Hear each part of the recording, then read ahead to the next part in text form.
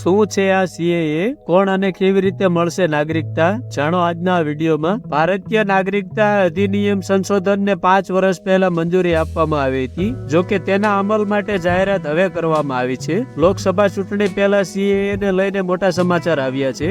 નાગરિકતા કાયદો સીએએ સમગ્ર દેશમાં લાગુ કરવાનો નિર્ણય મોદી સરકારે કર્યો છે। હવે 3 દેશના શરણાર્થીઓને ભારતની નાગરિકતા મળી શકશે। ભારતીય નાગરિકતાનો કાયદો શું છે અને તેને અમલવારી પછી શું બદલાશે, કઈ જોગવાઈઓમાં સૌથી મોટો વાંધો છે, આવો જાણીએ આજના આ વિડીયોમાં। ભારતીય નાગરિકતાને અધિનિયમની 5 વર્ષ પહેલા મંજૂરી આપવામાં આવી હતી, જો કે તેને અમલ કરવા માટેની જાહેરાત હવે કરવામાં આવી છે। સીએએ ને લઈને અગાઉ પણ દેશભરમાં મોટા પાયે વિરોધ પ્રદર્શન થયા હતા, ખાસ કરીને ઉત્તર પૂર્વના 7 રાજ્યોએ તેનો વિરોધ કર્યો હતો। વિરોધ પ્રદર્શનથી ઉત્તર પૂર્વ સૌથી પ્રભાવિત હતું। તોડફોડના કારણે કરોડોની સંપત્તિનું નુકસાન થયું હતું। સીએએ ની મંજૂરી 5 વર્ષ પછી લાગુ કરાયો છે। સીએએ ને લઈને 2020 થી સતત એક્સટેન્શનમાં લાવવામાં આવી રહ્યું છે। વાસ્તવમાં સંસદીય પ્રક્રિયાના નિયમનો અનુસાર કોઈ પણ કાયદાના નિયમો રાષ્ટ્રપતિના સંમતિના 6 મહિનાની અંતરે તૈયાર થવા જોઈએ।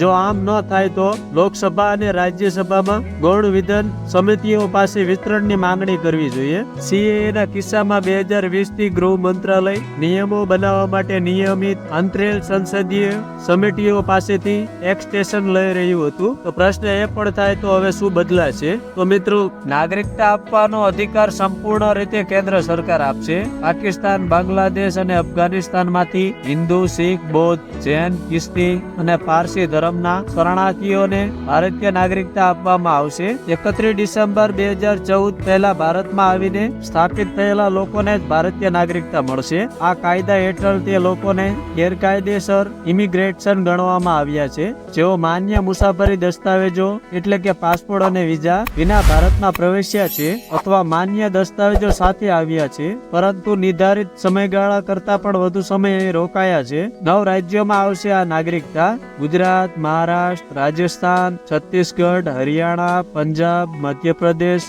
ઉત્તર પ્રદેશ અને દિલ્હી। આશા રાખું છું કે આપ સૌને આ વિડીયો પસંદ આવ્યો હશે। જો અમારો વિડીયો પસંદ આવ્યો હોય તો તમારા મિત્રોને શેર કરવું ભૂલશો નહીં અને આવા જ વિડીયો જોવા માટે અમારી સાથે જોડાયા રહો।